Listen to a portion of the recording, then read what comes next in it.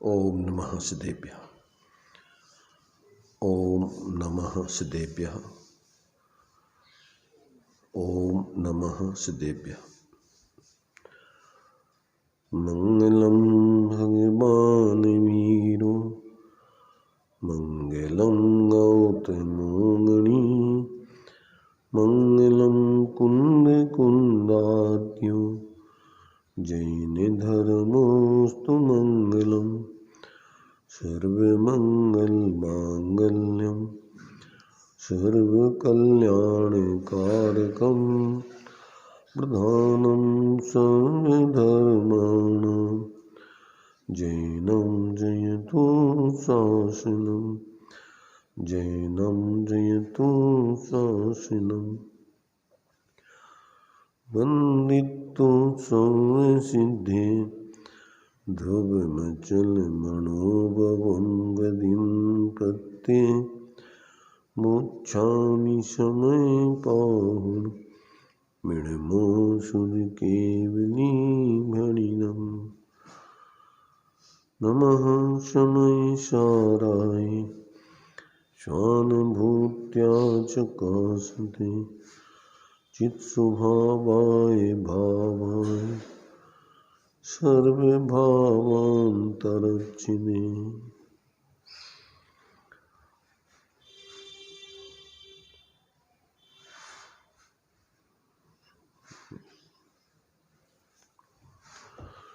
सर्वशुद्ध अधिकार अपना चल रहा है।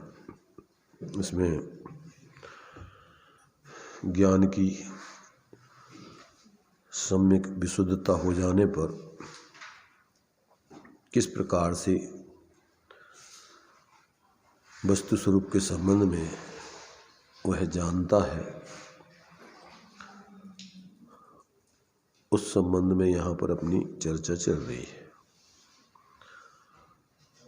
तो यहाँ चूँकि विषय अपना 387, 88, 89 गाथा के माध्यम से लिया जा रहा है। अज्ञान चेतना और ज्ञान चेतना, इन दो चेतनाओं का स्वरूप बताकर अज्ञान दशा में किए हुए जो भी त्रिकालवर्ती कर्म हैं, उन सभी कर्मों का प्रतिक्रमण, आलोचना और प्रत्याख्यान पूर्वक त्याग करने की भावना और त्याग करते हुए स्वरूप को ग्रहण करने की भावना और स्वरूप को ग्रहण करते हुए जीवन जीने की प्रेरणा यहाँ दी जा रही है। अथवा जो जीव ज्ञान चेतना में आ जाते हैं तो उनके लिए ये सारे कर्म त्याज्य भाषित होने लगते हैं और इनसे अपनी परिणति को हटाकर वो अपने सहज ज्ञान दर्शन चेतन स्वरूप आत्मा में जोड़कर और अपनी परिणति को निर्दोष बना लेता है, शाश्वत बना लेता है और वो जीव सुखी हो जाता है। तो साधक दशा में चूँकि सम्यक ज्ञान प्रकट हो जाने पर अपना यथार्थ स्वरूप ज्ञान श्रद्धान में आते हुए आचरण में उसकी भूमिका अनुसार स्वरूप की स्थिरता होती है, तो स्वरूप आंशिक स्थिरता आंशिक अस्थिरता के काल में बराबर इन सब चीज़ों को त्याग करने की भावनाएं उसकी चलती रहती हैं। भेद विज्ञान इसका बढ़ता रहता है, इसलिए वो इन कहीं पर भी इन बाह्य जितने भी पराश्रित भाव हैं, उन भावों में ज्ञानी अटकता नहीं है, रुकता नहीं है। वो अस्थिरता जन जुड़ान होने पर उससे हट कर के बार बार अपने स्वरूप में जुड़कर इस अशुद्धि का क्रमशः गुण स्थान प्रमाण त्याग करते हुए एक दिन पूर्ण अपने स्वरूप में स्थिर होकर के पूर्ण वितराग दशा, निराकुल दशा, स्वास्थ्य दशा, आनंदमय दशा को प्राप्त करके वो पूर्ण उस परमात्म पद को प्राप्त कर लेता है।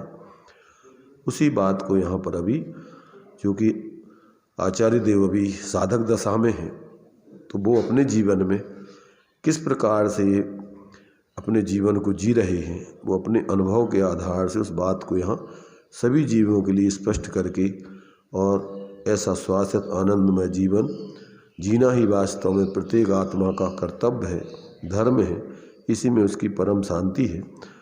तो यहाँ अभी जो 3 प्रकार से यहाँ पर त्याग कर्मों का त्याग करा करके और फिर अपने स्वरूप को ग्रहण करने की भावना और उसको ग्रहण करने का यहाँ उपदेश दिया जा रहा है, उसको अपन यहाँ पर ज्ञान में पहले समझेंगे। तो यहाँ अभी सबसे पहले जो 49 के भंग बनाए हैं उनके स्वरूप को अपन समझें, ताकि अपने जीवन में भी अपन इन सब से निवृत्ति कर सके समझ करके और सच्चे अर्थों में अपन धर्मात्मा बन सके। तो यहाँ सबसे पहले यह है प्रतिक्रमण कल्प के संबंध में उसकी विधि बतला रहे हैं। तो यहाँ इसको अपन पढ़ते हैं, 669 पेज पर है, नीचे का पैराग्राफ है। अब टीका में प्रथम प्रतिक्रमण कल्प अर्थात प्रतिक्रमण की विधि कहते हैं। प्रतिक्रमण करने वाला अब क्या कहता है, क्या विचार करता है, कैसा परिवर्तन करता है, अब वो बात अभी यहाँ पर प्रतिक्रमण करने वालों की तरफ से यानी ज्ञानियों की तरफ से भेद विज्ञान जिनको हो जाता है अथवा जिनको भेद विज्ञान करना है उनके लिए विधि बताई जा रही है।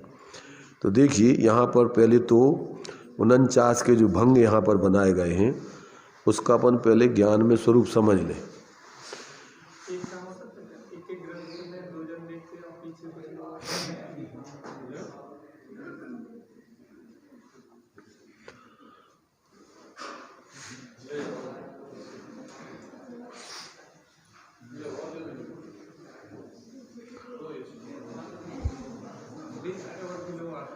हाँ ठीक है, रख दो, कोई बात नहीं। देखिए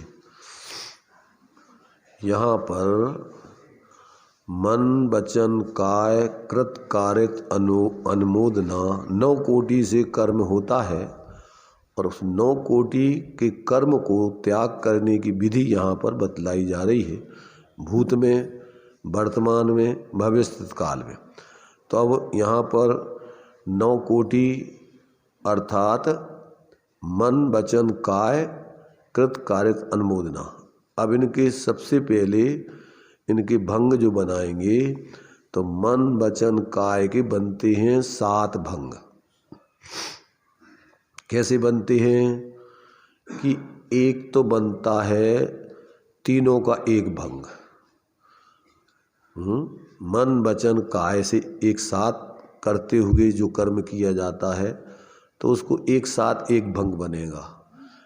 फिर 2 के बनेंगे 3 भंग, मन वचन, मन काय, वचन काय, ऐसे 3 भंग बनेंगे 2 के। और 3 भंग बनेंगे सिंगल, 1 ट्रिपल, 3 डबल और 3 सिंगल, मन से, वचन से, काय से। तो सिंगल सिंगल के 3, डबल डबल के 3 और ट्रिपल का 1 मिला कर के 1, ऐसे ये 7 भंग बन जाते। तो ये मन वचन काय संबंधी 7 भंग हो जाएंगे। इसी प्रकार कृत कारित अनुमोदना संबंधी 7 भंग बनेंगे, तीनों का मिला के 1, फिर 2 के 3 और सिंगल सिंगल के 3, ऐसे 7 भंग। फिर इन 7 को उन 7 में गुणा करना है। तो एक पहले तो 3 को उन 7 में 7 से अपन लेना है, 7 भंगों से। तो क्रम से उन 7 से जब अपन क्रम गुणा करेंगे तो कितने हो जाएंगे, 7 7 49, ऐसे 49 भंग होते हैं। तो उसी को यहाँ पर अपन को भावात्मक रूप में समझाया जा रहा है कि कैसे कैसे व्यक्ति कर्म करता है अपने जीवन में निरंतर। क्योंकि जब तक स्वरूप का बोध नहीं होता है तो रात दिन जीव कर्म ही करता रहता है। जो अपन पढ़ते हैं, दिन रात स्वभाव भावों से मेरा व्यापार चला करता, मानस वाणी और काया से आश्रव का द्वार खुला रहता। तो ये रात दिन और दो प्रकार से कर्म है, शुभ और अशुभ। तो निरंतर या तो मंद कसाय के कार्य या तीव्र कसाय के, मंद कसाय तीव्र कसाय। अब देखो पुण्य और पाप अपने लिए बाहर में तो अपन क्रियात्मक रूप में समझते हैं कि ये कार्य पूजा करना, स्वाध्याय करना, ये सब करना ये शुभ कार्य है, पर तात्विक दृष्टि से विचार करने पर ये जो कार्य किए जा रहे हैं इनमें तुम्हारा अभिप्राय क्या चल रहा है, इसमें तुम्हारी कसाएं क्या चल रही हैं। पुण्य पाप तो तुम्हारे लिए देखो, निगोद में भी जीव इतना पुण्य कमा लेता है कि वहाँ से निकल करके सीधा मनुष्य बनता है। नित्य निगोद माहिते करके नर पर्याय पाए सुखदानी, समकित लय अंतर मुहूर्त में केवल ज्ञान पाए शिवरानी, जीवन के परिणामन की अति विचित्रता देखो ज्ञानी। अपन को समझना है जीव का पुण्य पाप और धर्म जीव के भावों से होता है, बाहर के संयोग और मन वचन काय तो निमित्त मात्र है।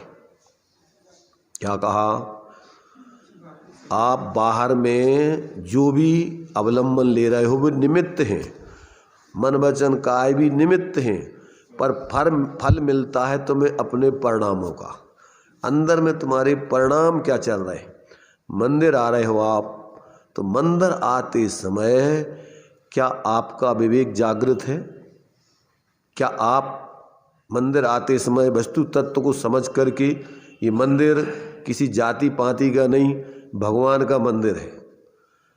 भगवान वीतराग सर्वज्ञ होते हैं, भगवान किसी जाति पाति के नहीं होते, गुरु किसी जाति पाति के नहीं होते, जिनवाणी किसी जाति पाति की नहीं होती है। वो सब सिर्फ वस्तु स्वरूप को बताती है। और भगवान अपना स्वाश्रय करके पूर्ण वीतराग दशा को प्राप्त हुए हैं, वे किसी के नहीं हैं, वे अपनी स्वयं के ही हैं और वे पूर्ण सुखी हुए हैं। तो ऐसा समझ करके कि ये भगवान का स्वरूप ऐसा होता है, ये नहीं है कि ये हमारे भगवान कहना, ये व्यवहार है, उपचार है, पर उनको अपना मानना ये मोह भाव है, मिथ्यात्व भाव है। क्या कहा, व्यवहार में भगवान का स्वरूप जैसा है उस भगवान के स्वरूप को अपन भगवान माने और कहें भैया हमारे भगवान। तो हमारे भगवान माने क्या, माने हम ऐसे भगवान को मानते। हमारे भगवान का मतलब तुम्हारे भगवान नहीं, वो भगवान का स्वरूप ऐसा होता है। कैसा होता है, वीतराग सर्वज्ञ हितंकर। तो अब ये भगवान किसी जाति पाति व्यक्ति के नहीं होते। अपन को देव सास गुरु का स्वरूप देव ऐसे होते। देव कैसे होते, इसलिए छेडाला में अपन ने पढ़ा होगा, सम्यक्त का ये कारण बतलाया है। सच्चे देव सास गुरु को पहले उनका स्वरूप समझना, फिर 7 तत्वों का स्वरूप समझना, फिर उसमें से स्वपर का भेद विज्ञान करना और फिर अपने स्वरूप को ग्रहण करके उसकी अनुभूति प्रतीति पूर्वक प्रवृत्ति करना। तो ये क्रम है उसका, क्योंकि सदनिमित्त देव सास गुरु ही है और तुम्हें कोई सच्चे धर्म के स्वरूप को बताने में निमित्त नहीं बन सकता है। तो ये तो उनके भगवान का अपन को स्वरूप समझना है कि भगवान कैसे होते हैं। देव जिनेन्द्र गुरु परिग्रहविन धर्म दयाजुत सारो और यहू मान समकित को कारण अष्ट अंगजुत धारो। तो किसके लिए उपदेश है ये, जैनों के लिए, 13 पंथियों के लिए, 20 पंथियों के लिए, निश्चय वालों को, व्यवहार वालों को, किन के लिए उपदेश है ये। अरे भाई ये तो समोषण में जीव मात्र के लिए उपदेश है। ये उपदेश कोई किसी जाति पाति संप्रदाय विशेष, पक्ष विशेष, व्यक्ति विशेष के लिए नहीं है, ये तो सब जीवों के लिए उपदेश है। तो देव जिनेन्द्र भगवान कैसे होते हैं, जिनेन्द्र वीतराग ही होते हैं, जिन्होंने 18 दोषों से रहित ऐसी सर्वज्ञ दशा वीतराग दशा प्राप्त कर ली है। वो ही आत्मा की सर्वोत्कृष्ट अवस्था है। भगवान माने क्या, आत्मा की पूर्ण निर्दोष दशा। ऐसा अपने ज्ञान में निरंतर बरतता रहे, इसका नाम है भगवान के बारे में आपकी सही श्रद्धा ज्ञान। और फिर ऐसे भगवान के प्रति अपन को बहुमान आवे, वो भगवान की पूजा है, गुणानुरागा। हाँ ये ही भगवान हैं और हम भी जो है वास्तव में इसी दशा को प्राप्त किए बिना सुखी नहीं हो सकते। क्या भगवान को मानना माने क्या? बंदे तदगुण लब्ध है कि हम भी ऐसी दशा को पाए बिना, मानने का मतलब और कुछ नहीं होता है। भगवान को मानना माने क्या कि हम भी ये दशा चाहते हैं। अपन भगवान को मानते काहे के लिए? बंदे तदगुण लब्ध है, तो हम भी इस दशा को चाहते हैं। क्यों? कि सुखी जो दशा है पूर्ण रूपेण वो यही दशा है, इसके अलावा और कोई सुख की दशा नहीं है।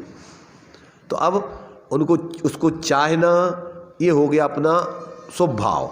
और फिर अंदर में जैसे वो भगवान बने हैं, कैसे बने हैं? पर द्रव्यों से भिन्न अपनापन छोड़कर, उनमें इष्टनिष्ट की कल्पना छोड़कर अपना आत्मा ही अपना स्वरूप है। तो वो ज्ञाता शांत, जानने देखने वाला शांत निराकुल है। विकल्प करने वाला, मोह राग द्वेष करने वाला स्वरूप नहीं है उसका।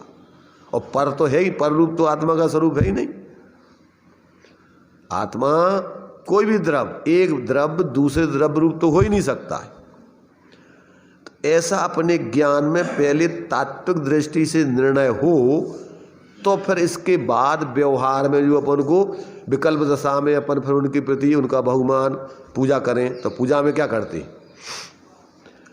पूजा में उनके गुणों का विचार करते। क्या करते हैं? देव शास्त्र गुरु रतन शुभ तीन रतन करतार, भिन्न भिन्न कहूँ आरती अल्प सुगुण। क्या मतलब? देव शास्त्र गुरु रतन शुभ, तो ये देव शास्त्र गुरु तीन शुभ रत्न हैं। किसके लिए?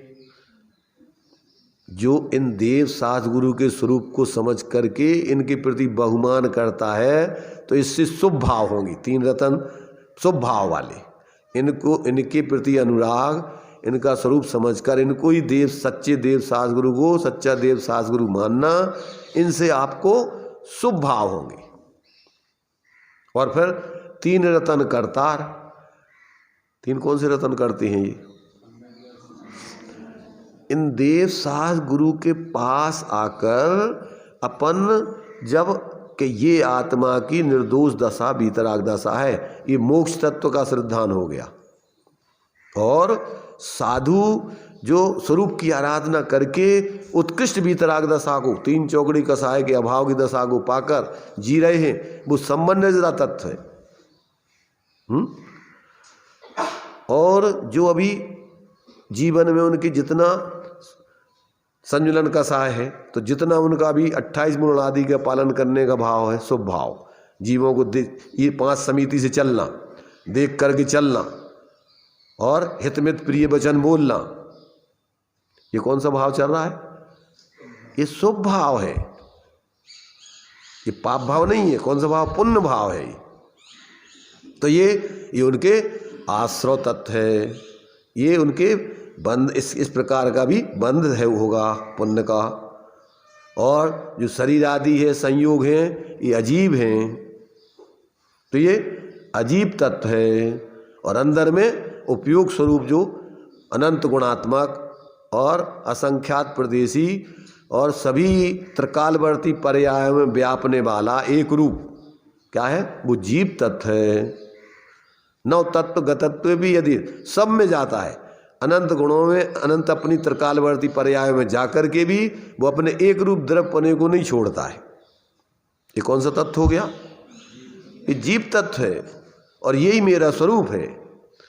ऐसा अपने लिए इन 7 तत्वों के ज्ञान पूर्वक, श्रद्धान पूर्वक, अपने को अपने रूप जानते हुए, पर को पर जानते हुए, आश्रव आदि को हे जानते हुए स्वाश्रय पूर्वक जीना, इसका नाम है धर्म का जीवन।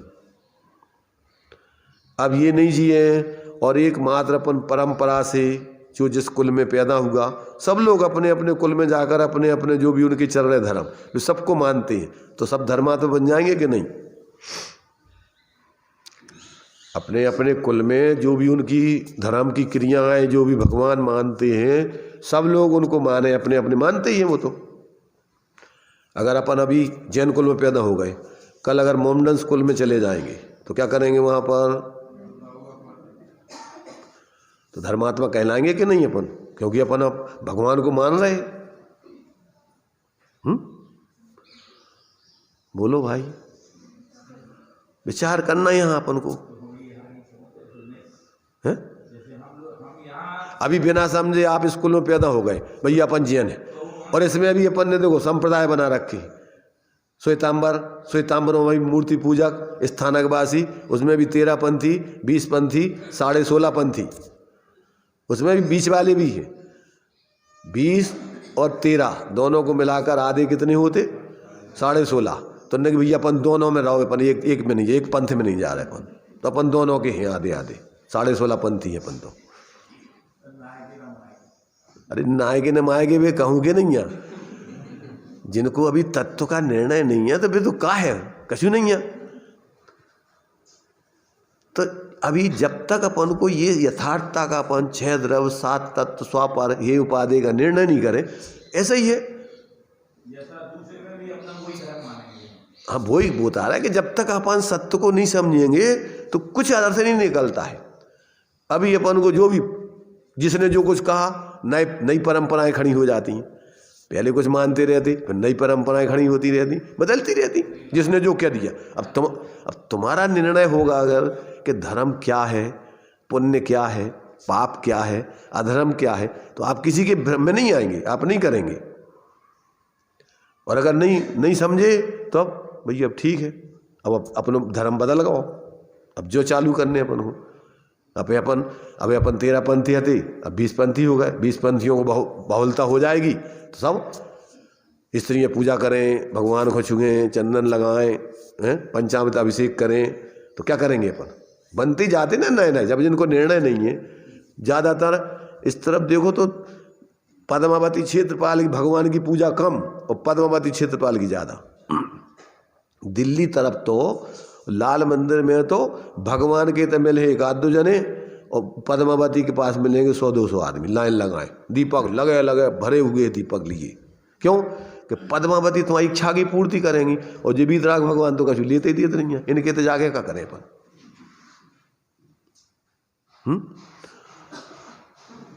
ऐसा अगर अपन ने धर्म बिना समझे किया है तो आज तक यही दशा रही है, इसलिए भटकते रहे। तो यहाँ तो अपन को पहले भगवान जनेन्द्र का उपदेश सुनकर के इन सब चीज़ों को समझो। 6 द्रव्य 7 तत्व, विश्व कहाँ से आया, किसने बनाया, कब तक रहेगा, कौन इसकी रक्षा कर रहा है, कौन मिटा देगा। अब इसमें अगर अपन को मोटी मोटी भूलें तो पहले तो अपन भ्रमित रहेंगे। अगर अपन इस विश्व की व्यवस्था समझ लेंगे कि भैया विश्व ये कोई नई चीज़ नहीं है, ये तो अनादिकाल से ये 6 द्रव्यों का, जाति के द्रव्यों का समूह है, और ये आज का नहीं है, और कभी कोई नाश नहीं करेगा। और कौन करेगा? वो तो उनका अपना उत्पाद वे ध्रुवयुक्तम सत द्रव्य लक्षणम। प्रत्येक द्रव्य में क्या है? उत्पाद व्यय ध्रुव नाम की शक्ति है। ये 3 शक्तियां हैं, और तीनों का कार्य प्रतिक्षण होता रहता है। क्या होता रहता है? ध्रुव नाम की शक्ति का कार्य वस्तु को निरंतर एक रूप बनाए रखना है। कैसा बनाए रखना है? वस्तु को एक रूप ज्यों का त्यों बनाए रखना है। उत्पाद नाम की शक्ति का प्रति समय क्या करता? नई पर्याय का उत्पाद करते रहना है। व्यय नाम की शक्ति का कार्य पूर्व पर्याय का अभाव करते रहना है। उनमें तीनों शक्तियां प्रत्येक द्रव्य में है, जिसको अन्य लोग अब वो ये वस्तु स्वरूप नहीं समझ के ब्रह्मा विष्णु महेश का रूप देते। ब्रह्मा जी क्या करते हैं? इस सृष्टि की रचना करते हैं, तो वे हो गए उत्पाद नाम की शक्ति। ध्रुव नाम की शक्ति कौन है? विष्णु जी हो गए। वे क्या करते हैं? रक्षा करते हैं विश्व की। और शंकर जी कौन है? नष्ट कर देते हैं, संहार कर देते इस विश्व प्रकृति यानी पूरे संसार का। तो संसार माने यही वस्तु स्वरूप। तो उसमें प्रति समय नई नई पर्याय उत्पन्न होती है, एक पर्याय उत्पन्न होती है, एक पर्याय व्यय होती है, और वस्तु ध्रुव पने से ज्यों की तो बनी रहती। मैंने ये सोचो उंगली है, तो उंगली टेढ़ी हुई सीधी हुई, टेढ़ी हुई सीधी हुई, टेढ़ी हुई सीधी हुई, टेढ़ी हुई सीधी हुई, और उंगली ज्यों की त्यों। उंगली पने से उंगली वही उतना ही, टेढ़ी होने में कोई कम बढ़ नहीं हुई, सीधी होने में कोई कम बढ़ नहीं, उतनी की उतनी है। तो अवस्था, इसकी अवस्था में ये परिवर्तन हो रहा है। और वो उंगली नाम की वस्तु वो ज्यों की तो उंगली पने रूप है। ऐसी प्रत्येक आत्मा क्या करती है, अज्ञान दशा में क्या करती है, संसार में पर्याय बदलती रहती है, अपने स्वरूप को भूल के भावों में क्या करती रहती है, शुभ अशुभ शुभ अशुभ शुभ अशुभ भाव बदलते रहते हैं। अब जब ये वस्तु स्वरूप समझ लेता है तो पराश्रय का भाव छोड़कर अपने स्वाश्रय में, अपने उस ध्रुव स्वरूप आत्मा में अपनापन करता है। तो फिर जो परावलंबन वाली अशुद्ध दशाएं वे नहीं हो करके फिर एक रूप शुद्ध शुद्ध दशा उसके जीवन में अनंत काल तक वीतराग सर्वज्ञ रूप दशा परिणमित होती रहती है, और कुछ नहीं होता है।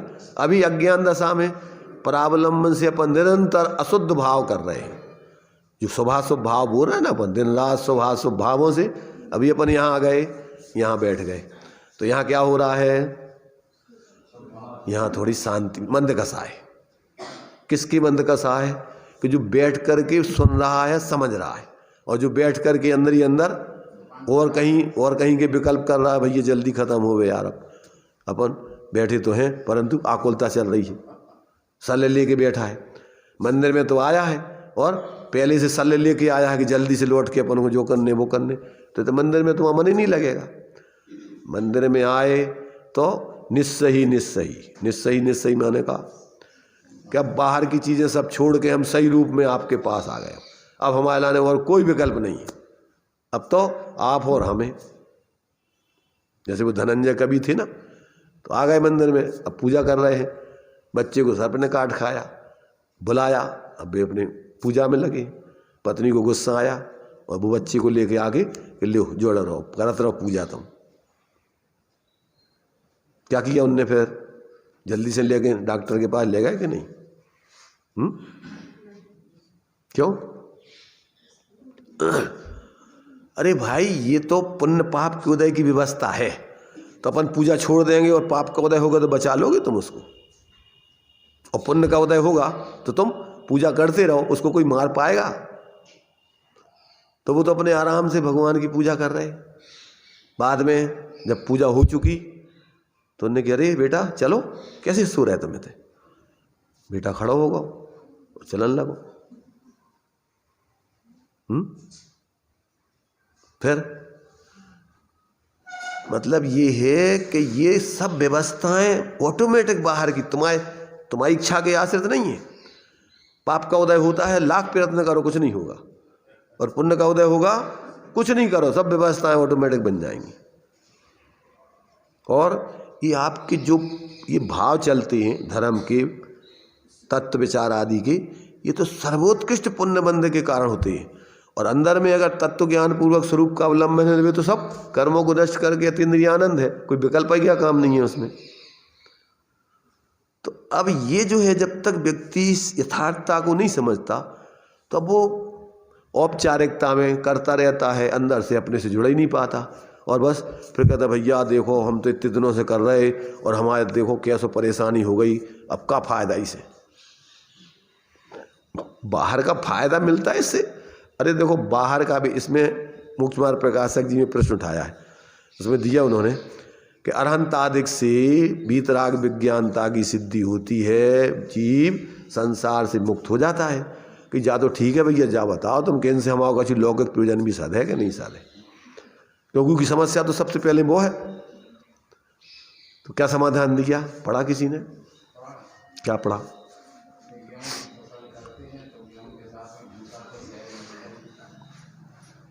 पर अगर भूसा पैदा करवे के लाने फसल बोओगे तो, अरे आप जब भगवान अरहंत आदि की साधन पूजा भक्ति कर रहे हो और काय के लाने कर रहे हो, उन जैसी बनने के लिए, तो आपके परिणाम तो अत्यंत विशुद्धता माने विशुद्ध हो रहे हैं। तो ऐसे में अभी जब तक आप स्वाश्रय से पूर्ण वीतराग दशा नहीं पाओगे, तो इससे तो लौकिक प्रयोजन तो तुम्हारे ऐसे बनेंगे कि तुम जो इच्छा पूर्वक बनाना चाहोगे वैसे नहीं बनेंगे। ऐसे धर्मात्मा व्यक्ति के तो साथ ही से पुण्य का बंध होता है और उनकी व्यवस्थाएं सब ऑटोमेटिक बनती हैं। पुण्य उसके आगे पीछे दौड़ता है, वो पुण्य के पीछे नहीं भागता। अज्ञानी पुण्य के पीछे भागता है तो पाप बनता है, और ज्ञानी स्वरूप की साधना में लगते हैं, धर्म की आराधना में, तो पुण्य उनके पीछे पीछे आता है। एक किसी नीतिकार ने बोली, भागती फिरती थी दौलत जब तलब करते थे हम, अब मुझे इच्छा नहीं है वो आने को बेकरार है।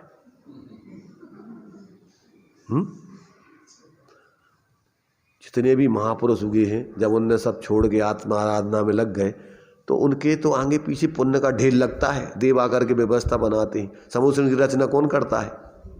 आने के पहले उनकी गांव नगर की, उनकी महलों की व्यवस्था कौन बनाता है? 6 महीने पहले से रत्न बरसने लगते हैं। कौन बरसाता है? देव नहीं, उनका पुण्य बरसाता है। देव तो निमित्त आए, देव तो अपन बाहर से कह रहा है, पर मूल तो उनके पुण्य के उदय से देवों को नौकरी करना है। वो अगर तुम्हारे क्यों नहीं बरसाते देव रत्नों की बरसात? तुम्हारे बच्चे होते तुम्हारे क्यों नहीं बरसाते? जब देव बरसाते हैं तो तुम्हारे बच्चों की जन्म पे तो बरसाना चाहिए। अरे थाली बच के नहीं है, थाली भी नहीं बचा।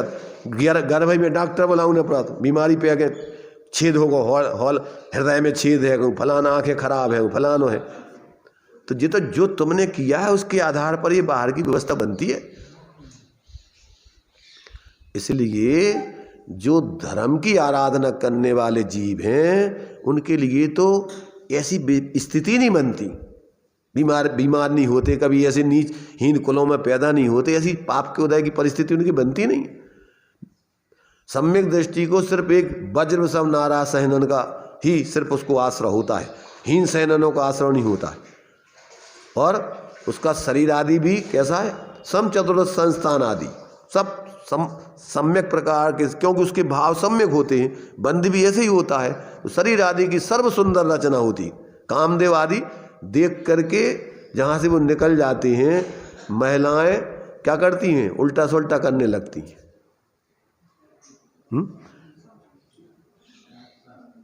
बर्तन की जगह बच्चे को कुएं में डाल देती बांध के। सब अड़बड़ा जाती, भूल जाती उनकी बुद्धि। ऐसे कोई ऐसी आश्चर्यजनक चीज आए तो व्यक्ति सद्बोध खो जाता अपना।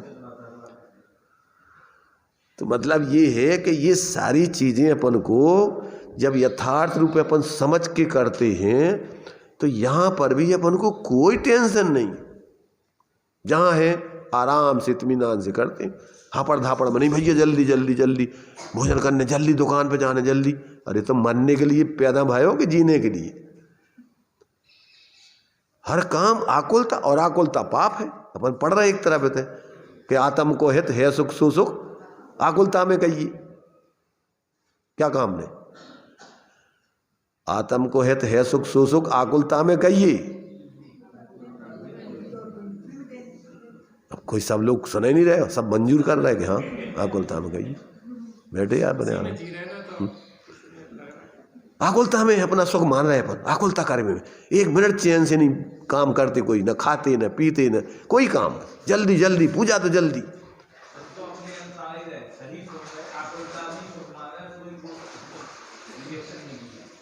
यही से रिएक्शन नहीं करो किसी पर। रिएक्शन नहीं करो तो तुम सुन रहे हो क्या सो रहे हो? जा बताओ तुम। कि अपन इतने जिनवाणी सुन रहे हैं तो अपन अपनी बात सुनने कि जिनवाणी की सुनने?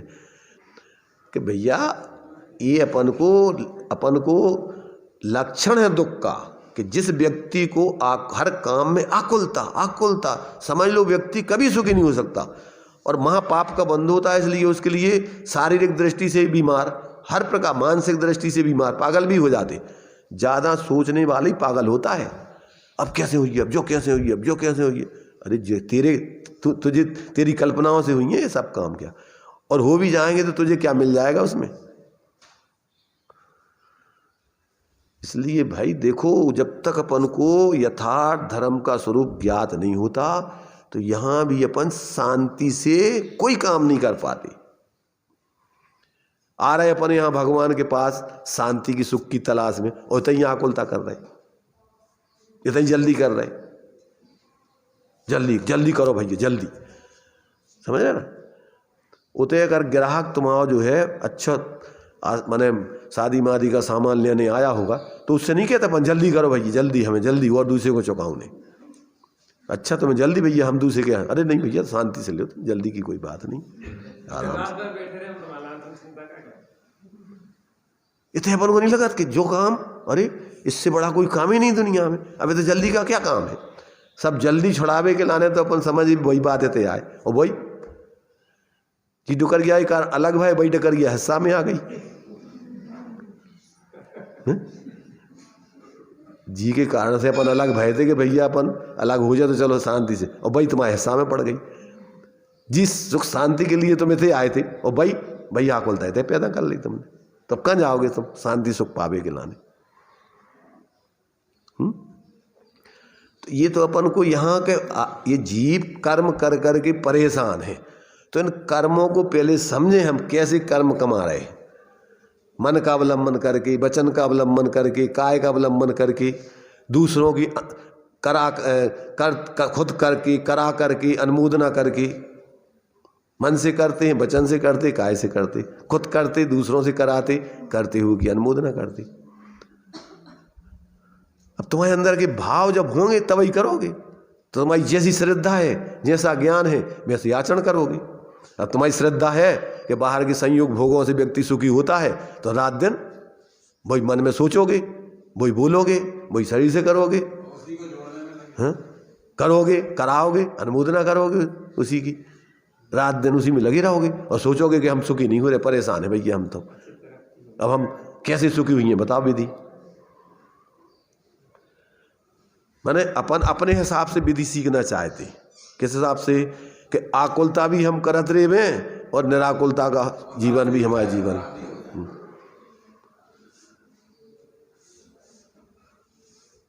तो अब जो धर्म तो अपनी समझ में नहीं आएगा भैया, कि तुम अगर जो धर्म बताओगे तो क्या होगा कि फिर हम का सब छोड़ छाड़ के फिर तो हम कछु कर ही नहीं पे, तो तुम्हें कछु कराते नहीं ना कि सब कछु छोड़ने तुम्हें, तो वो कहते हम संसार में जी नहीं पाएंगे। तो भैया संसार में जीवे के लाने तो हम तो बता रहे संसार में तुम्हें, संसार में नहीं जी जला करके तुम्हें बढ़िया आत्मिक मोक्ष सुख की तुम्हें सिद्धि करा।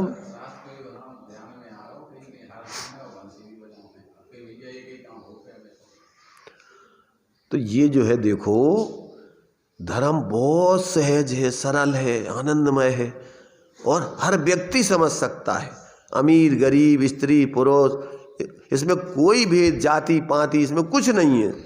जो जीव समझ ले शांति से ज्ञान में बस आनंद करे वो अपने आराम से, जहाँ है वहीं।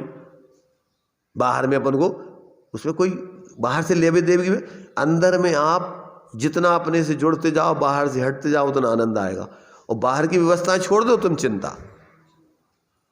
कि हमारी अब व्यवस्था खावे की व्यवस्था हमारी बन रही कि नहीं, इतने दिनों से हमने खावे पीवे की कमावे की चिंता छोड़ दी। अगर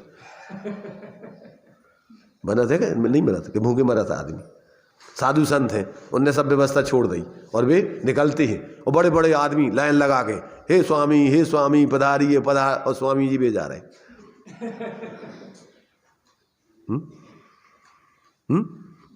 तो कौन बना रही है व्यवस्था उनकी चिंता? अरे वे तो अपने निश्चिंता से आत्मा आराधना कर रहे, और पुण्य के उदय से जंगलों में बनती व्यवस्था। जो तुम्हारे से जब 12 वर्षीय अकाल पड़ा था तो यहाँ से दक्षिण की तरफ चले गए थे मुनिराज, और वहाँ जाकर के वो भद्रबाहु स्वामी की आयु पूरी हो रही थी तो वे रुक गए थे, और अरहत बली आचार्य के नेतृत्व में उनने संगम को आगे बिहार करा दिया था। तो जो अपन गोमटेश्वर में जाते ना, तो चंद्रगिरी और बिंदगिरी जो बनी हुई वहाँ, तो वहाँ पर वो भद्रबाहु स्वामी रुक गए थे और उनके साथ में चंद्रगुप्त उनकी सेवा में रुक गए थे। तो उन्होंने तो सल्लेखना ले ली, तो आहार पानी छोड़ दिया भद्रबाहु स्वामी ने। अब ये तो उनकी सेवा में रुके थे, तो अब इनके लिए उनने सोचा वे तो जंगल है, आहारों को तो कहाँ निकले, अब निकले नहीं। तो उन्होंने कि भैया तुम जा मत सोचोगे तो व्यवस्था को बने, तुम तो अपनी विधि लेके निकलो, व्यवस्था की मत सोचो तुम चिंता। और व्यवस्था से निकली तो पहले तो 1-2 दिन तक उनकी परीक्षा भाई, बढ़िया मकान महल बने हुए हैं, आहार रखा हुआ है, तो अब क्या करने, उठा के खाने के नहीं खाने, अच्छे बढ़िया बढ़िया रखा। फिर गए तो कोई पुरुष नहीं, अकेली स्त्री पड़गा रही। वापस आचार्य श्री को बता दिया, ठीक। और आगे तीसरे दिन से गए तो बढ़िया नगर बने हुए हैं, जगह जगह श्रावक लोग बढ़िया पड़गाहन को खड़े हुए हैं और आराम से पड़गाहन करके आहार कराने के लिए आहार करके आ गए। ठीक है, करते रहे वो। अब बाद में हाँ 6 महीने लौट के जब भी दूसरे, इनकी तो समाधि हो गई तुम्हारे से भद्रबाबू स्वामी की, और वे चंद्रगुप्त वहीं पर अपनी आत्माराधना करते रहे। और जब वो संग लौट के आया तो देखा कि यहाँ तो कोई है ही नहीं है और जंगल है और इतने दिन से रह रहे हैं, तो ये तो क्या करते रहे यहाँ। जैसे वो आदिनाथ स्वामी के साथ में 4000 राजा जो विचलित हो गए और वे सब फल फ्रूट खाने लगे, तो क्या ऐसे ही कर रहे। तो उन्होंने अपने संग से आचार्य अदबली ने कह दिया इनसे कोई प्रतिनमोस्तु नहीं करेगा। उन्होंने पूछा कि महाराज क्या बात है, कि लगी तुम ये बताओ कर क्या रहे यहाँ, कैसे रुके हुए हो। कि उन्हें महाराज यहाँ तो बहुत बढ़िया नगर है, सब व्यवस्थाएं हैं। अच्छा, अब आप लोग देखो आहारों को निकलेंगे जब पता पड़ेगा। निकले तो जगह जगह बढ़िया बढ़िया नगर बसा हुआ है और आराम से श्रावक लोग पड़गान कर रहे हैं। बाद में जो है देखा कि वो कोई उनका कमंडल या कोई छूट गया, वहाँ देखने गए तो वहाँ कुछ नहीं, सब खाली आहारों के बाद। अरे उन्होंने कहा ये तो देखा कि ये तो इसके पुण्य के उदय से देवों ने नगरी की रचना करके और ये सब व्यवस्था बनाई, और अपन लोग देवों के हाथ से अवृत्तियों के हाथ से भोजन करते नहीं, अनुद्दिष्ट भोजन। अवृत्ति शुद्ध भोजन नहीं करेंगे तो अपन को शुद्ध कैसे देंगे। और देवों का तो भोजन होते ही नहीं है ये, वो तो उनका तो अमृत भोजन होता है। तो भैया इस तरह से चलो अपन प्रायश्चित लेकर के वहाँ से बढ़ गए। तो कहने का मतलब ये है कि जंगल में भी अपना अगर पुण्य का उदय होता है तो वहाँ पर भी व्यवस्थाएं बनती हैं, किसी दूसरे के चिंता करने की जरूरत नहीं होती है। अपन लोग तो क्या है ऐसा सोचते हैं कि हम नहीं करेंगे तो हमें कौन खिलाएगा। पहले हमने एक दृष्टांत सुनाया था ना लकड़हारे का, ध्यान में हो किसी के? तो है ध्यान में किसी के? नहीं है ध्यान में, है क्या है बताओ।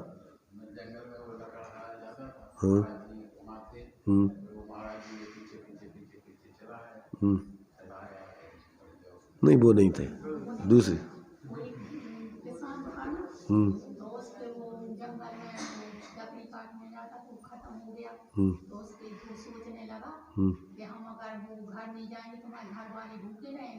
वो खत्म कौन हो गया? अबे खत्म कहाँ हो?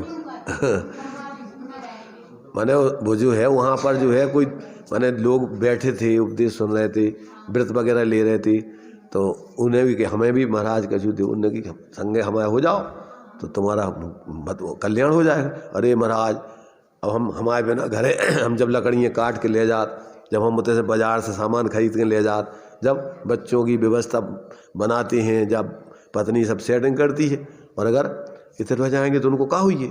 अरे उन्होंने कहा तुम रह जाओ देखो तो। अरे महाराज यहाँ से कैसे देखें। उन्होंने कहा चलो 1-2 दिन रह जाओ, इतने में तो नहीं कचूजिए। और उन्हें हिम्मत करके 1 दिन रुक गया तो उसकी खबर पहुँच गई घर पे कि भैया जिसकी कुल्हाड़ी थी वो कुल्हाड़ी भेज दी, कि जो कुल्हाड़ी थी जंगल में किसी जानवर ने, शेर वगैरह ने खा लिया उसको। अब परिवार के लोग बच्चे बच्चे रोने लगे, मोहल्ला के लोग अच्छे सज्जन थे, उन्होंने कहा अरे यार बेचारा गरीब आदमी अपने मोहल्ला में रहता है, तो महिलाएं तो वैसी दयावान होती हैं, उन्होंने कहा अपन इसकी चलो साल भर की व्यवस्था जो है, कोई न गेहूँ कोई न ये कोई न वो, सब साल भर की व्यवस्था बना दी। पुरुषों ने सोचा अब ऐसी व्यवस्था अपन रोजीना इसकी कैसी बनेगी, तो चलो अपन कुछ फंड इसको इकट्ठा करके चंदा बैंक में जमा कर दे, ब्याज आता रहेगा। व्यवस्था उसका इकट्ठा कर दिया चंदा और बैंक में पैसे जमा कर दिए। टपरिया वपरिया थी अच्छी बढ़िया, उसको करके उसमें बढ़िया लाइट माइट लगवा दी। अब वो तो सोच रहा कि भैया अब पहचाना क्या हो रहा हो ये बच्चों का। अब जैसे तैसे दूसरे दिन वो शाम के टाइम आया, दिन में जाएंगे तो कहेंगे तुम कहाँ करते रहे क्या करते रहे। अब शाम को आया तो देखा तो जहाँ वो टपरिया थी वो तो देखो तो बढ़िया लाइट जल रही है, अंदर किवाड़ लगे हैं और बच्चे गीत गा रहे हैं, मम्मी भोजन बना रही है। तो उसने देखा कि ये घर हमारा कहाँ गया। उसने देखा झांक के उसने से किवाड़ में से करी बच्चे तो यही है पता नहीं। उन्होंने कहा अरे बेटा नाम लेके उसने पुकारा। उन्होंने कहा मम्मी कौन कौन, खोलो भगवान हमें, तुम कौन? कि हम, अरे तुम्हारे पतिदेव हैं। कि हमारे पतिदेव को तो शेर ने खा लिया, मर गए। कहाँ से आ गए पतिदेव? अरे खोलो, सामने खड़े ना। अरे वो तो मर गए ना, और अगर हो भी जिंदा तो जैसे तैसे हमारी व्यवस्था बनी हमारे भाग्य से, अब तुम फिर आ गए तो अब ये सारे लोग हमारे जो पैसे में इसे घर बनाए इसे वापस कर दे तो हम तो वैसे ही भूख मारे। तो भैया हमारे लाने तो मर गए, तुम्हें जहाँ जाने से जाओ, हम शांति से खा रहे, अब तो रह रहे। उनने माथा ठोका कि हम तो सोच रहे थे कि हमारे बिना इनकी का हुई है। इनकी तो भी कह रहे हमारी इतनी अच्छी व्यवस्था बन गई तुम्हारे नहीं रहे पे हैं, और तुम्हारे आ जाओ तो हमारी व्यवस्था पे कर दे। तो मतलब अपन को ऐसे लगता है कि जैसे सिर पे हम लादे हों सब, परिवार को, कुटुंब को, बच्चों को, इसको उसको, समाज को। अरे ये महाभ्रम है कर्तृत्व बुद्धि का। किसी के बिना कोई काम नहीं रुकता है, होता स्वयं जगत परिणाम। कोई किसी का नहीं करता काम, दूर हटा मिथ्या परिणाम। और सहज आनंद, अपन सहज ज्ञाता बन करके अपना आनंद भोगें, इसमें सार है। और ये सारा कर्तृत्व का भूत अपने दिमाग पे ये परेशानी का कारण है। मरते मरते तक व्यक्ति कल्पनाएं करता रहता है झूठी। तो ये जो है, जब तक अपन को ऐसा मिथ्या कर्तृत्व का बोझ, यहाँ पर जितने भी ये जीव ऐसे इनमें एकत्र बुद्धि करके उस सिर पे बोझा लिए फिरता है, वो व्यक्ति हमेशा परेशान रहता है। ऐसे इस कर्तृत्व को 9 कोटि से यहाँ पर अपने लिए और इन कृत कार्य अनुमोदना और मन वचन काय का इन भंगों को बना के जो 9 कोटि बतलाई, उसका ज्ञान में समझ करके पहले तो भावना, इनका त्याग करने की भावना कि वास्तव में मेरा ये स्वरूप नहीं है। कौन सा स्वरूप नहीं है? कौन सा स्वरूप नहीं है? कोई कर्म करना अपना स्वभाव नहीं है। जितने भी कसाय के कार्य हैं, ये कार्य अपना नहीं है, ये तो आश्रव भाव है। और आश्रव दुखकार घनेरे बुद्धिवंत तेने निर्वेरे। तो वो कैसे निर्वृत्ति करेगा? कि वो अपने सहज स्वरूप में स्थिर होकर के, इसके अलावा और कोई उपाय नहीं। आप शांत हो जाइए तो सब कर्म करेगा। कर्म तुम ही अशांत होके करते थे, तुम ही शांत हो गए तो अब कर्म करेगा कौन? भगवान शांत हो गए तो अब कौन करे कर्म? कौन संसार में घुमाए उनको? अब यहाँ बैठे अपन, तब कौन तुम्हारे लिए गालियाँ दी? कौन किससे लड़ोगे तुम? कौन लड़ेगा तुमसे? भाई यहाँ बैठे शांति से, तो अब लड़ाई झगड़ा हो रहा हो कछु? कोई परेशानी हो रही? अब जब यहाँ से उठे और फिर वे अपनी तरफ से चलो, कितने चले, कितने चलने, अंदर के बाहर? भाई अपने स्वरूप को समझ लिया अपन ने, तो अब अंदर जावे की सोचने कि बाहर भागवे की सोचने? अपने ज्ञान में जागने की सोचने कि भागने की सोचने? अब इतने से अंदर में जाग जाएंगे। अपन आचार्य कहते मोह नींद से उठ रे चेतन तुझे जगावन को। एक बार अपन ऐसे परम एकत्व मत का भाव छोड़ के और सहज अपने ज्ञाता स्वरूप का अंदर में ग्रहण करेंगे, तो उसमें जो अपने लिए आनंद आता है वो शब्दों में नहीं कहा जा सकता है। वो तो जो जानता है सो वो ही समझ सकता है। और फिर कहने की जरूरत नहीं है। जो निधि पाकर निज वतन में गुप्त रह जन भोगते, त्यों ज्ञानी जन भी ज्ञान निधि पर संग तज के भोगते। अपन को मटका मिल जाए बढ़िया असरपियों को, सोने चांदी को, तो अपन लाउड स्पीकर से माइक लगा के बताएंगे भैया सुनो सुनो सुनो। हमारे लिए क्या हो गया? बहुत संपत्ति प्राप्त हो गई है। ऐसे ही अगर अपन को अपनी अंदर में अनंत गुणों की निधि स्वरूप की बोध हो जाए तो अपन क्या करेंगे? सुनो सुनो सुनो भाई, अब हम आनंद में हो गए, सुनो। अरे बताओगे तो ये परेशान लोग तुम्हें शांति से जीने नहीं देंगे। इसलिए चुप रह करके, गुप्त रह करके अपनी क्या है, जैसे गुपचुप खाते ना अपन, क्या करते गुपचुप में? नाम ही उसका है गुप और चुप। नाम है उसका गुप और चुप। और अगर तुमने सामने का, तुम उसको खा ही नहीं पाओगे। ऐसे ही अपन को ये स्वरूप तो ऐसा ही है कि गुप और चुप, बाहर से चुप और अंदर में गुप, और फिर आनंद भोगो उसका।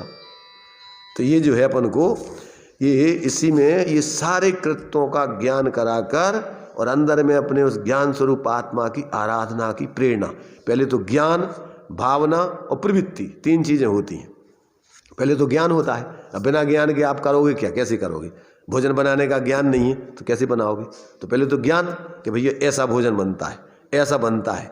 हमारे राहुल भाई को रसगुल्ला, तुम्हारे मावा की जलेबी बहुत पसंद है। तो एक बनाने वाली एक महिला आती, उसने भैया हमें बता दो कैसी बनाई जात जी। उन्होंने बहुत सरल है ये तो, इनमें कछु नहीं है। थोड़ा दूध को गाढ़ो कर लो और वही गाढ़े दूध से आटा सन लो और अपने ऐसे ऐसे गोल गोल बनाओ और घी में डाल दो, बढ़िया अच्छी, बढ़िया आनंद। नारे क्या गजब आ गया। अब ये उसकी वो बना बना के घर भेजते, देखो हमने जलेबी बनाई है, मावा की जलेबी देखो हमने कितनी सुंदर बनाई। इन लोगों को पता होगा, भेजी क्या? कोई को पता है? कौन को भेजी थी तुमने?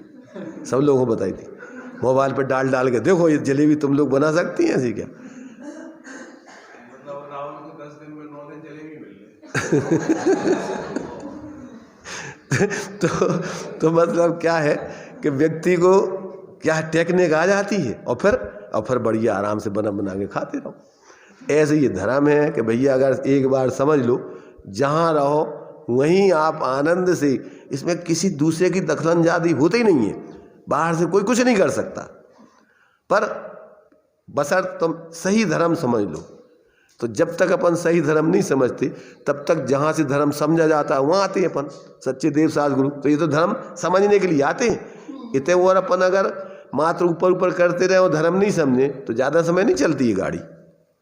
इसलिए ये अपन को बहुत ही महाभाग्य है, अपन को ऐसा अपन को सच्चे देव शास्त्र गुरु और जिन शासन अपन को मिला है।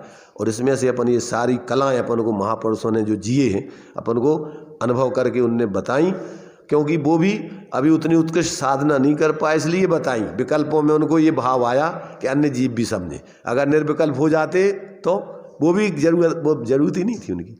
तो ये अपन को बढ़िया जो है यहाँ पर ये कैसे कैसे जीव कर्म करता है, तो ये अतीत कर्मों का यानी प्रतिक्रमण करने का यहाँ पर ये 49 भंगों से त्याग करने की, मैंने अपने पहले ज्ञान में आना चाहिए कि ऐसा ऐसा हमने, जैसे देखो एक भंग दिया, जो मैंने अतीत काल में किया कराया, दूसरे करते हुए का अनुमोदन किया, मन से वचन से काय से, वह मेरा दुष्कृत्य मिथ्या हो। क्या अर्थ हुआ इसका? क्या अर्थ हुआ इसका?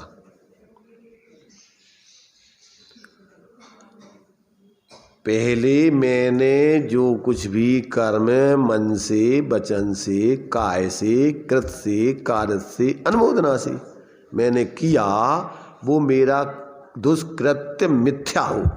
तो क्या अर्थ हुआ इसका? वो नष्ट हो, मिथ्या हो मतलब वो नष्ट हो। ये तो अभी अपन को एक ज्ञान में समझ करके भावनात्मक रूप में है कि वास्तव में भैया हमसे गलती हो गई, क्षमा करना। क्या अपन ने जैसे कोई से पहले अज्ञान दशा में अपन ने सामने वाले को बहुत दुर्व्यवहार किया और अपन को समझ में आ गया कि वास्तव में इस दुर्व्यवहार से अपनी हानि है और सामने वाले की भी कसाय पैदा हुई, उसको भी हानि होगी। तो अब क्या करना कि भैया हमने अज्ञान दशा में, देखो उस समय हम समझते नहीं थे और आपसे ऐसा बोल दिया, हम क्षमा चाहते। मैंने उस कृत्य के प्रति तुम्हारे लिए गिलानी आ गई, अहद बुरा मान लिया, अब तुम्हारे लिए उसके प्रति इस प्रकार का भाव खत्म हो गया, तो सामने वाले को भी उसमें जुड़ान था कि इसने हमसे ऐसा किया है, अब हम बताएंगे इसको। तो अब उसकी कसाय मन शांत होगी कि नहीं होगी? सामने वाले से तुम हाथ जोड़ के क्षमा मांग लोगे कि भैया हमसे गलती हो गई थी, भैया हम क्षमा चाहते हैं, भैया अब नहीं ऐसी गलती होगी। तो क्या होगा? सामने वाला नहीं नहीं अब तो हम तुम्हारे लिए हम ऐसा करेंगे, उसकी भी कसाय शांत हो जाएगी। वो भी सोचेगा कि अच्छा तो कोई बात नहीं भैया, तुमसे अज्ञानता में गलती हो गई और तुम कह रहे अब नहीं करेंगे, कोई बात नहीं। और अगर अब तुम गलती हो गई तो क्या हो गई? सभी तो कर रहे हैं, कौन नहीं कर रहा बताओ ऐसी गलती? सभी लड़ रहे आपस में। भरत बाहुबली लड़ गए, वे तो छाया सम्यक देश थे, तो उनसे जो सीखने उन्हें दीक्षा ले ली, मोक्ष चले गए। मतलब अपन क्या है कि धर्म में अभी अपन अपने हिसाब से सीख लेते। तो ये जब अपन को ये बात समझ में आती है कि हम इन विकल्पों से, मिथ्या विकल्पों से परेशान हैं, तो अपन उन मिथ्या विकल्पों को ज्ञान में समझ के उससे अपने को हटा लें कि भैया आप गलती नहीं, अब नहीं करना हमको गलती। तो क्या हो गया? प्रतिक्रमण। गलती करी, वहाँ से हट गए, प्रतिक्रमण में कहा हो अतिक्रमण करो कोई ने, तो कहा हो तो प्रतिक्रमण नहीं करो तो बुल्डोजर चलाते हैं। फिर ज़्यादा दादागिरी ज़्यादा समय नहीं चलती। ऐसे भी आ जाते हैं फिर ताकतवर लोग कि फिर तुम्हारे अतिक्रमण को जबरदस्ती हटाया जाएगा। लोग में अपन बोलते हैं कि कोई जैसे अब नहीं जा बेचारा, लोग में कहते ना जम कूटन हो, जम मार के ले जाते जबरदस्ती। तो जो नहीं जा बेचारा है, मालूम कौन है? जम कूटन काय की हो रही? अरे जो तुम्हारी आसक्ति है, मोह है, उससे तड़प रहे तुम। इस शरीर से छोड़ के आयु पूरी हो रही और तुम जाना नहीं चाहते, तो क्या होगा? अरे जाना तो पड़ेगा और तड़पोगे तुम, चीखोगे, ज़्यादातर बेहोश। जब ज़्यादा आसक्ति होती है, सहन नहीं होती, तो बेहोश हो जाता आदमी। ज़्यादातर बेहोशी मर के जाते, होश में नहीं जाते। और एक बार भी अगर होश पूर्वक आपने इस शरीर को अपने से पृथक जाना और इससे मोह छोड़ा, तो आपको कोई शल्य नहीं, सहज रूप से आप छोड़ दोगे। अरे भैया ठीक है, हम है नहीं है सहज। तो ये अपन को यहाँ पर इन सारे दुष्कृत्यों का जो प्रकार से अपन ने किए, उन सब का अपन को मिथ्यापना, अर्थात अपन को अब नहीं करना है। ये हमारा स्वरूप तो ये है, हमें स्वरूप को भूल के आज तक ये गलती करते रहे, अब नहीं करना हमको। अब तो हम शांति से ऐसा जिएंगे। तो ये ज्ञान में आवे, श्रद्धान में आवे और आचरण में आवे। गलती कहाँ होती है? ज्ञान में, श्रद्धान में और आचरण में। मिथ्या दर्शन, मिथ्या ज्ञान, मिथ्याचार है। तो अब क्या करना उसमें? उस श्रद्धान में विपरीतता छोड़ना, ज्ञान में विपरीतता छोड़ना, आचरण में विपरीतता छोड़ना, तो वहाँ से शांति का मार्ग चालू होगा। और वो जीवन में आएगा तो आप सहज जीवन जियोगे। निचली भूमिका में आप घर गृहस्थी में भी रह करके आप एक देश साधना कर सकते हो। अब अंतरात्मा के जो 3 भेद हैं, तो जगन अंतरात्मा, मध्यम अंतरात्मा, गेही पे ग्रह में न रचे, ज्यों जलते भिन्न कमल, नगर नारी को प्यार था। तो वहाँ पर भी आप भूमिका अनुसार छल नहीं ग्रहण करना पर कि अंदर में तो पूरा रस है और भैया हम तो अब ग्रस्त अवस्था में हैं, अब तो हम अपनी साधना किया तो रहे हो, कर रहे, पर अभी रस वो नहीं में है। सम्यक दृष्टि को मजबूरी है, वो रस नहीं है। जैसे कोई व्यक्ति किसी का कर्ज ले ले और मान लीजिए आमदनी ज़्यादा नहीं है, तो भैया देखो अब हमारे पास, हम सोच रहे थे इतनी हो जाए हम तुम्हारा चुका दें, परंतु अभी इतना नहीं दे पा रहे, परंतु जितना है उतना तो ले जाओ। अब जिसको देना नहीं है कि भैया अब हमारी आमदनी नहीं है, तो अब जब इकट्ठो हो जाए उसे इकट्ठो दें हम। तो क्या वो कह रहे हो तुम्हारे पास जितना हो उतना दे दो, वो कह नहीं हम तो इकट्ठो देंगे, तो क्या मतलब? अरे ईमानदार आदमी तो कर्जा सिर पे रखना नहीं चाहता है कि भैया अब जितना है इतना तो ले जाओ और बाकी हम आपका जैसे जैसे होता जाएगा चुका देंगे। तो वो कर्जदार तो रहेगा पर ईमानदार है, बेईमान नहीं है। और जो कर्जा भी है और देना नहीं चाहता है, तो क्या होगा? वो बेईमान भी है और कर्जदार भी। इसलिए ये अपन को इन सारी बातों को क्रम से आचार्यों ने अपने जीवन में, जैसे वो निर्दोषता को प्राप्त हुई विधि बतलाई, और अपन इसको अगर जीवन में अपनाएंगे तो फिर अपने जीवन में भी बहुत आनंद और शांति आएगी और अपने जीवन में कोई समस्या नहीं रहेगी। इसलिए अपन को ये कर्म, मन वचन काय, कृत काय अनुमोदना के अवलंबन से, करता तो जीव है पर अवलंबन काय का लेता है? मन का, वचन का, काय का। करता है, कराता है, अनुमोदना लेता है, अनुमोदना करता है। तो ये इन अवलंबन पर का, पर करने का अभिप्राय तुम्हारा, ज्ञान तुम्हारा, आचरण तुम्हारा, और तुम्हें फल मिलेगा अपने भावों का। तो ये जो है, जब तक अपन को इस प्रकार से अंदर ज्ञान नहीं होता, तब तक अपन को संसार से अरुचि नहीं होती, संसार दुख रूप भाषित नहीं होता और रात दिन उसी में रचे पचे रहते हैं। चलिए,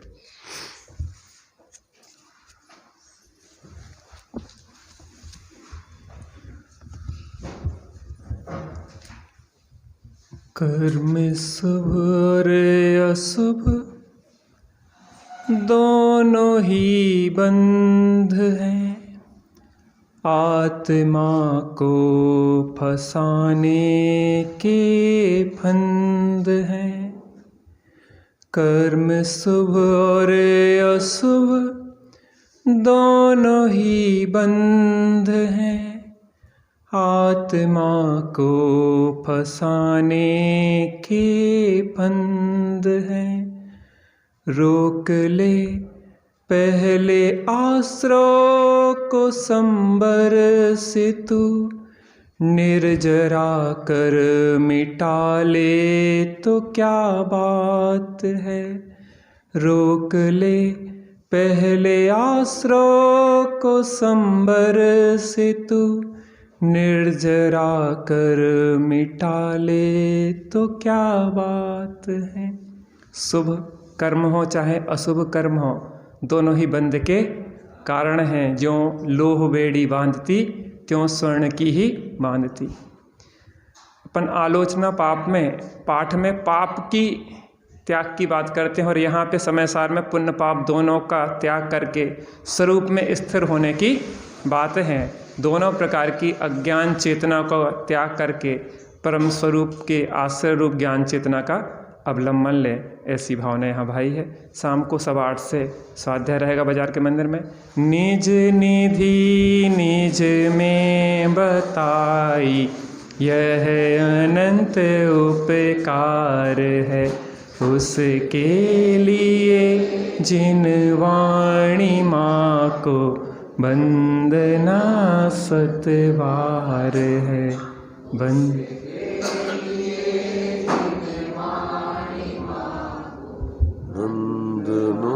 सतबार।